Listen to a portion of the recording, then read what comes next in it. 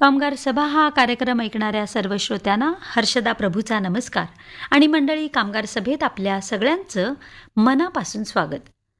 श्रोते हो, आजच्या कामगार सभेत आपण इन्व्हेस्टमेंट फंडा याविषयी चर्चा करणार आहोत आणि त्यासाठी आपल्याकडे आल्या आहेत गुंतवणूक सल्लागार चित्रा राऊत. मंडळी, त्या गेली 22 वर्षाहून अधिक काळ वित्त नियोजन क्षेत्रात कार्यरत आहे. तर आज आपण कामगारांच्या दृष्टिकोनातून कशा प्रकारे आर्थिक नियोजन करू शकतो याविषयी त्यांच्याकडून जाणून घेणार आहोत. तर चित्राजी, कामगार सभेत आपलं अगदी मनापासून स्वागत. धन्यवाद. चित्राजी, आता सुरुवातीला आम्हाला सांगा की कामगारांसाठी आर्थिक सुरक्षितता का गरजेची असते? ओके, नमस्कार सगळ्यांना. जनरली कामगार आहेत तर त्यांच्यासाठी आर्थिक सुरक्षितता खूप महत्त्वाची असते.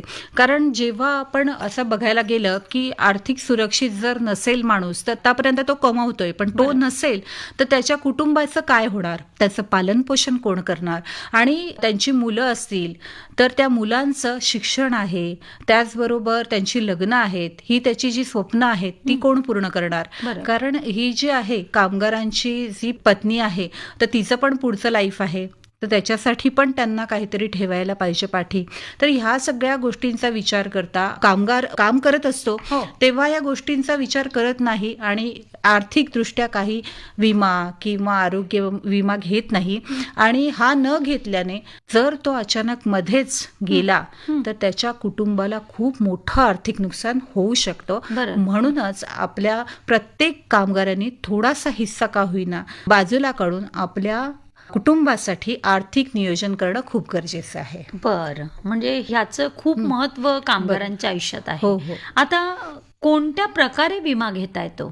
अच्छा, त्याच्यामध्ये कसं आहे, कधी कधी माणसाला काय असतं की प्रीमियम असतो, त्या प्रीमियमला अनुसरून जेवढा प्रीमियम भरू शकेल त्या प्रीमियमला अनुसरून टर्मला अनुसरून वेगवेगळे प्रकार असतात.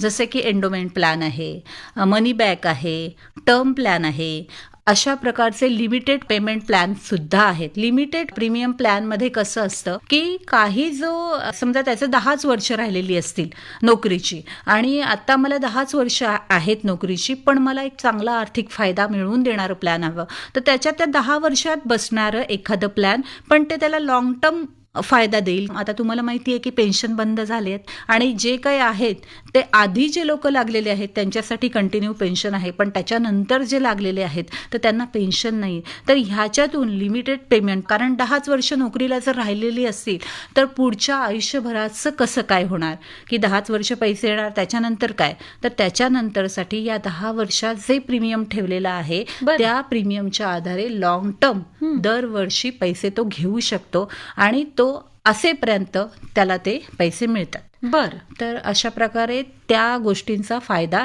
ते घेऊ शकतात. काही लोकांना आता मार्केटचे प्लॅन्स पण आवडायला लागलेत की त्यांना असं वाटतं की मार्केट आता गडगडलंय, तर त्यांना असं वाटतं की मला स्टॉकमध्ये इन्व्हेस्ट करायचंय.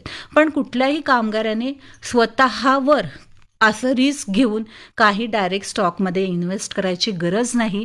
त्यांना असेही प्लॅन याच्यामध्ये आहेत इन्शुरन्समध्ये की जे इन्शुरन्स पण देतील, गॅरंटीड ॲडिशन पण देतील आणि प्लस स्टॉकमध्ये इन्व्हेस्ट करण्यासाठी चांगले फंड मॅनेजर तिथे नियोजन केलेले असतात. ते तुमच्या कामाची परिस्थिती बघून, तुमच्याकडे किती प्रीमियम तुम्ही किती वर्ष देणार आहात ते सगळं बघून तो अभ्यास करून तुमचे पैसे इन्व्हेस्ट करतील. त्यामुळे जेव्हा तुम्हाला असं वाटतं की हे ठीक आहे पण आता मार्केट खाली आलंय तर मला चांगलं इन्व्हेस्टमेंटचं काहीतरी फायदा पण मिळाला पाहिजे, तर त्यावेळेला अशा प्रकारचे युनिट लिंक प्रोडक्ट पण घेऊ शकतात. तर खूप सारे प्रोडक्ट आहेत, फक्त पेन्शनचे पण प्रोडक्ट आहेत, असे खूप सारे प्रोडक्ट आपल्याकडे आहेत. वा, आणि त्या विषयातला तज्ञ तिकडे इन्व्हेस्टमेंट तुमच्या मार्फत केली जाते. म्हणजे कामगारांचा जो पैसा आहे तो अतिशय सुरक्षितता त्याची पाळली जाते. कारण त्यांना माहिती आहे की हा जो पैसा आहे तर वेगवेगळे फंड्स असतात. काही लोक खूप रिस्क घ्यायला आतुर असतात झालेली, तर ते ग्रोथ फंड मध्ये टाकतात. काही लोकांना ठीक आहे बॅलन्समध्ये माझा पैसा मिळाला तरी चालेल, तर याच्यासाठी बॅलन्स फंड असतात, ग्रोथ फंड असतात, बॉन्ड फंड असतात. अशा प्रकारचे खूप फंड असतात की जे की निफ्टी 50 आणि जे काही निफ्टी 100 जे चांगले स्टॉक आहेत त्याप्रमाणे ते अभ्यास करून ते तुम्हाला सांगतात. बर.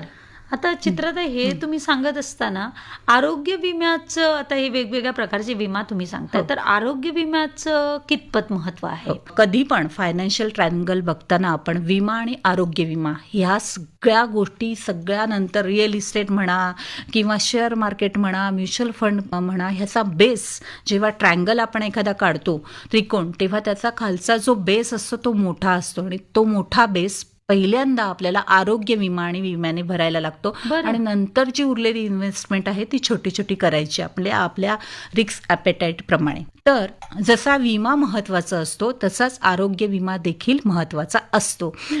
काही कंपन्या आपल्या एम्प्लॉयरसाठी म्हणजे आपल्या कामगारांसाठी GMC घेतात, म्हणजे ग्रुप मेडिकल कव्हर. तर ह्या ग्रुप मेडिकल कव्हरमध्ये कामगार त्यांचं स्वतःचं आणि कुटुंबाचा आरोग्य विमा ते करू शकतो हॉस्पिटलायझेशनसाठी. पण काही याच्यामध्ये हे कव्हर नसतात, तर त्यांनी स्वतःचं प्लॅन घेणं गरजेचं आहे.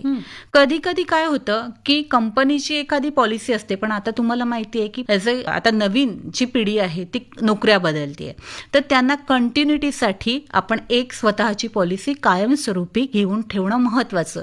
कारण जेव्हा नोकरी बदलतो माणूस तेव्हा काय होतं की आधीची जी कंटिन्युटी आहे ती घालवून बसतो. म्हणून आपल्याकडे एखादी पॉलिसी असेल, ती कंटिन्यू असेल, तर त्याचा फायदा घेता येतो. कारण काही कंपन्यामध्ये 2 वर्षानंतर असे काही गोष्टी असतात, ऑपरेशन्स वगैरे, त्या लागू होतात. जर आपण आत्ताच कंपनी बदललेली असेल आणि नवीन हे केलेलं असेल, तर जी आपली आधीची कंटिन्युटी केलेली पॉलिसी आहे 2 वर्ष 3 वर्ष, ती तुम्हाला ह्या वेळेला उपयोगी पडते. त्यामुळे जरी GMC असेल तरी सुद्धा आपलं स्वतःचं प्लॅन घेणं खूप गरजेचं आहे. बर.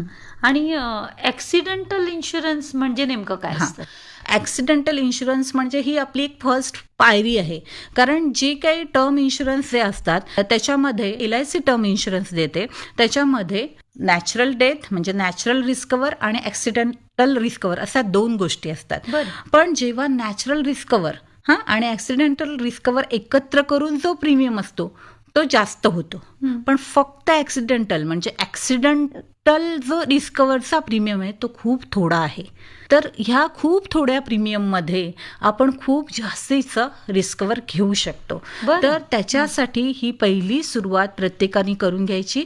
माझ्याकडे काहीच नाही, पण निदान एक ॲक्सिडेंटल रिस्कवरसाठी एक इन्शुरन्स असला पाहिजे. कारण त्याच्यामध्ये हजारामध्ये प्रीमियम जातो आणि तो पण वर्षाचा. म्हणजे सपोज जर एक 50 लाखाचा प्रीमियम असेल तर तो काही 4,500 मध्ये पण होऊन जातो. प्रत्येक कामगाराची त्याची ड्युटी काय आहे, त्याच्या कामाचं स्वरूप काय आहे, आणि त्याचं वय काय आहे, तर त्याप्रमाणे तो प्रीमियम ठरवला जातो. पण ह्याच्यामध्ये कसं आहे की परमनंट डिसॅबिलिटी आणि पार्शियल डिसॅबिलिटी अशा प्रकारचे डिसॅबिलिटींसाठी पण मिळतो. म्हणजे ॲक्सिडेंट झाला आणि डेथ झाली तरच मिळेल असं नाही. तर मध्ये मध्ये सुद्धा ॲक्सिडेंटल पॉलिसीमध्ये कसं होतं की मध्ये ॲक्सिडेंट झाला, थोडंसं काहीतरी लागलं, तर तो पार्शियल आपण डिसॅबिलिटी म्हणतो, काही अंशतः थोडंसं त्याला त्रास झालेला आहे तर त्याचं पण मिळतं. आणि परमनंट एखादा जर अवयव डॅमेज झालेला असतो तर त्याच्यासाठी पण मिळतं. तर हे कव्हर ह्या ॲक्सिडेंटल प्लॅनमध्ये आहे. त्यामुळे फर्स्ट स्टेप जी आहे आपली ती ॲक्सिडेंटल इन्शुरन्स घेण्याची आहे. तुम्ही सांगत असताना एक मध्येच विचारावं असं वाटतं की ह्या सगळ्या प्लॅन्स आहेत किंवा इन्व्हेस्टमेंट आपण करतो, तर त्याच्यामध्ये नॉमिनेशन करणं का गरजेचं असतं? खूप गरजेचं आहे. नॉमिनेशन हल्ली काय करतात की प्लॅन घेतात पण इथे कुणालाच माहीत नसतं ते, आणि ते कुठेतरी ठेवलेलं असतं, पण धड आईला माहीत नसतं, बहिणीला माहीत नसतं किंवा स्वतःच्या बायकोला पण सांगत नाही. त्यांच्या नॉमिनेशनची नावं काय आहेत ती पण त्यांना माहीत नसतात, कारण ह्या सगळ्या गोष्टी ह्यांनी केलेल्या आहेत त्या माहीतच नसतात. हे करणं महत्त्वाचं असतं. नॉमिनेशन एकतर केलंच पाहिजे, पण जेव्हा आपण एखादा प्लॅन घेतो तेव्हा घरातल्या जो कोणी जबाबदार व्यक्ती आहे त्याला सांगणं गरजेचं आहे. कारण कसं, जर त्याला सांगितलं नाही, ह्याचं काही डेट झालं तर ह्या सगळ्या गोष्टी हँडल कोण करणार? कुणीतरी तिथे पाहिजे जबाबदार व्यक्ती की ज्या ह्या सगळ्या गोष्टी हँडल करू शकेल व्यवस्थित प्रकारे.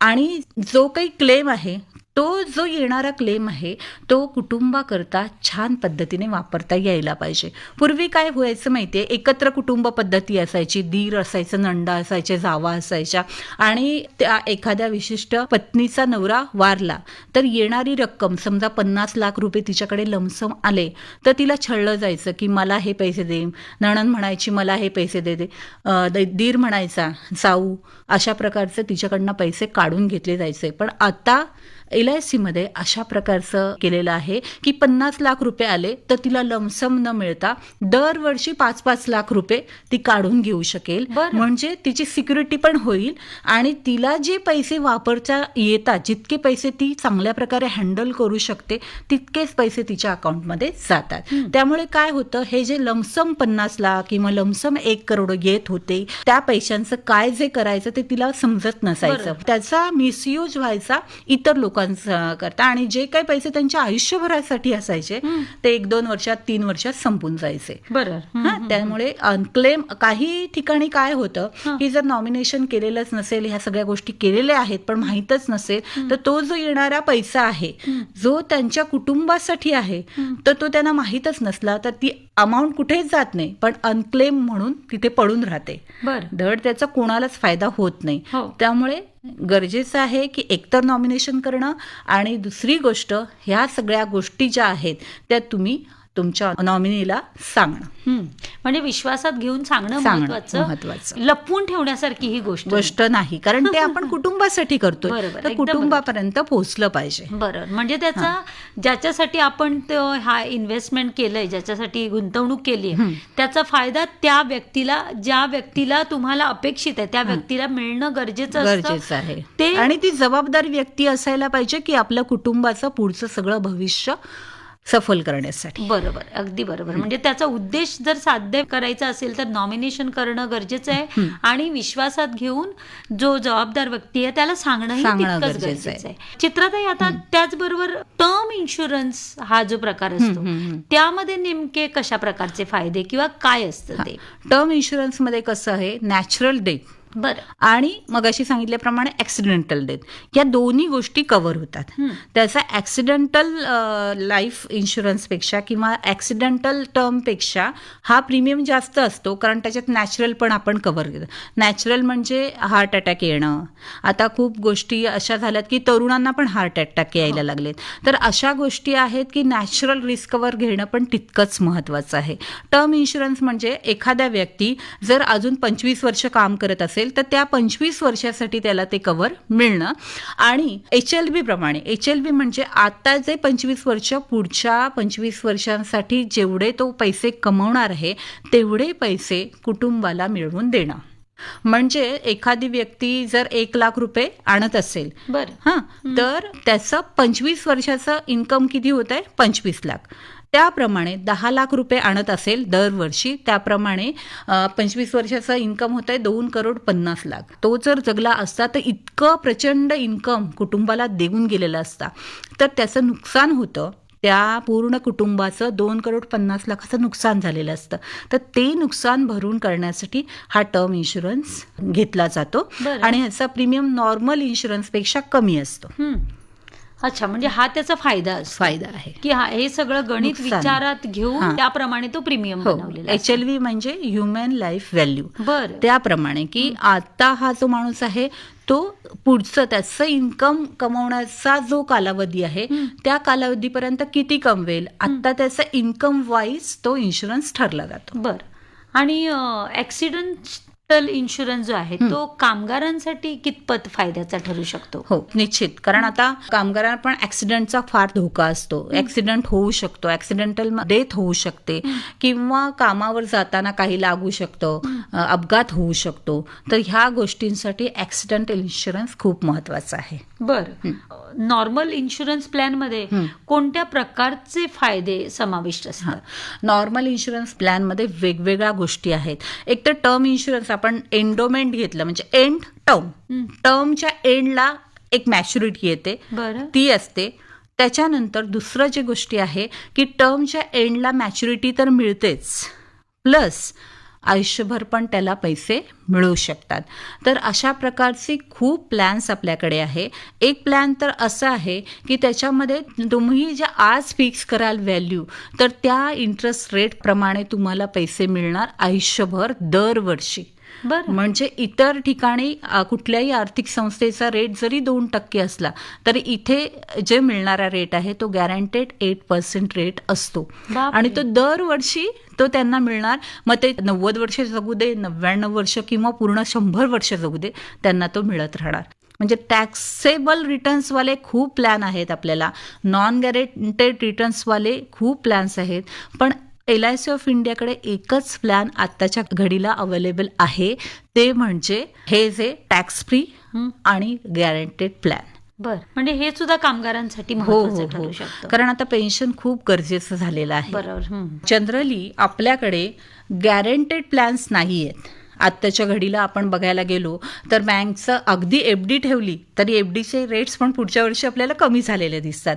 पण आपल्याकडे एकमेव प्लॅन असा आहे LIC ऑफ इंडियाकडे की जो की दुनियेचा रेट जरी 2%, 1%, 1.5% झाला तरी सुद्धा आपल्याला 8% गॅरंटेड आपल्या सम ॲश्युर्डवर लाईफ लॉंग दरवर्षी देणार आहे. बरं. हां, आणि त्याचं जे रिटर्न्स आहे, जर तुमचा प्रीमियम 5 लाखापर्यंत असेल, ह्या 5 लाखाला पूर्वी नो लिमिट होतं पण प्रत्येकाला हा प्लॅन आवडू लागला आणि 5 लाख रुपये त्यांनी लिमिटेशन्स आणले. आणि ह्या 5 लाखापर्यंत तुम्ही प्रीमियम प्लॅनमध्ये तुम्ही कुणाच्याही नावावर ठेवला.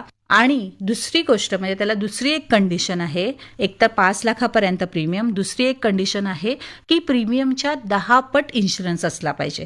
तर अंडर सेक्शन 1010D मध्ये आपल्याला टॅक्स फ्री मॅच्युरिटी मिळते. बरं. तर ह्या प्लॅनमध्ये अशा पद्धतीने हे केलेलं आहे की जे काय त्यांची जी मॅच्युरिटी आहे ती टॅक्स फ्री होते.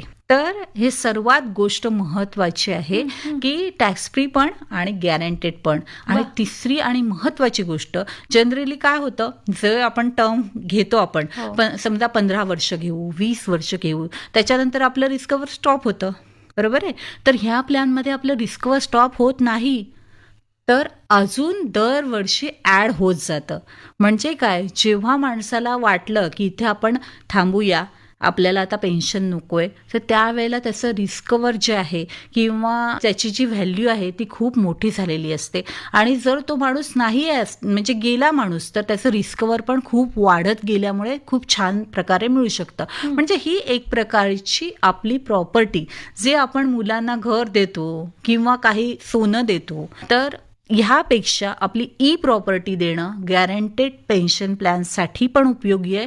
आणि मुलांसाठी जे काही रिटर्न्स आहेत ते टॅक्स फ्री जर मुलांना दिले तर मुलं अगदी हसत ती अमाऊंट स्वीकारतात, नाही का? बरोबर. आणि खर्च करण्याचं पण ऑप्शन नसतं, त्यामुळे ती अतिशय सुरक्षित आणि त्यांच्यासाठी पुरेपूर म्हणजे त्यांची काळजी घेणारी गुंतवणूक ठरू शकते, स्वतःसाठी आणि दुसऱ्यासाठी सुद्धा. वा, क्या बात आहे.